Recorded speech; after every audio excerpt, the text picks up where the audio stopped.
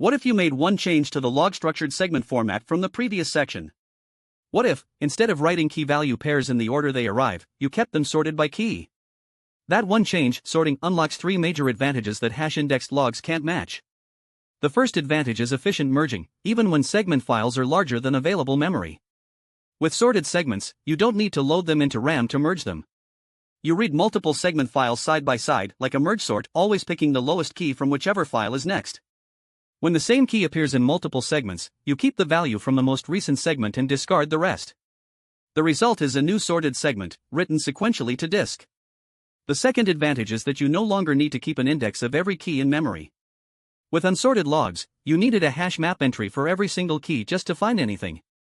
With sorted data, a sparse index is enough, one key per every few kilobytes of segment file. To look up a specific key, you find the nearest key in your sparse index, then scan forward from that offset. The index can be orders of magnitude smaller. The third advantage is compression. Because keys within a segment are sorted, adjacent entries are often related. You can group key value pairs into blocks and compress each block. This saves disk space and reduces the bandwidth needed when reading from disk. This format, log-structured segments with keys sorted by key, is called an Sstable, short for sorted string table. The name comes from Google's Bigtable paper. Sstable files are immutable once written to disk, just like the log segments before them. The obvious question is, how do you sort keys when writes arrive in arbitrary order?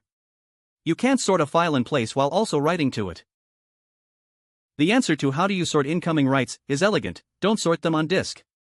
Sort them in memory first. Here's how it works. Incoming writes go into an in-memory data structure called a memtable. The memtable is a balanced tree, typically a red-black tree or AVL tree, which keeps keys sorted automatically as you insert them. Insertions into a balanced tree are O of log n, fast, and the data is always sorted. When the memtable grows to a threshold, typically a few megabytes, you flush it to disk as a new Sstable file.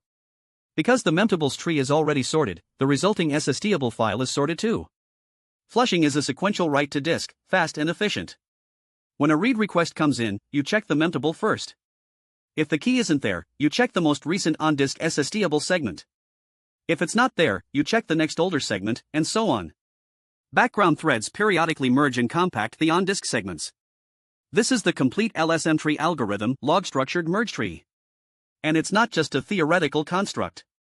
LevelDB and RocksDB both implement it. Cassandra and HBase both use it. The algorithm was described by Google in the Bigtable paper and has since become one of the two dominant storage engine architectures in the industry. One vulnerability: if the database crashes before the memtable is flushed to disk, the writes in the memtable are lost.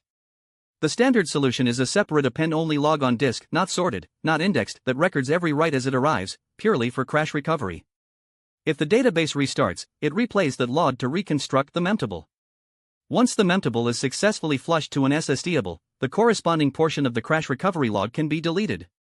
LSM trees are powerful, but they have one well-known weakness. LSM trees have a painful edge case: looking up a key that doesn't exist. When a key exists, you find it quickly, maybe in the memtable, maybe in the first Sstable segment you check. But when a key doesn't exist, you have to check the memtable, then the most recent Sstable segment, then the next older, all the way down to the oldest segment on disk, before you can conclude it's not there.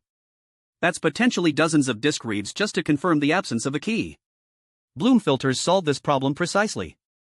A Bloom filter is a memory-efficient probabilistic data structure. You can ask it, does this key exist in this Sstable?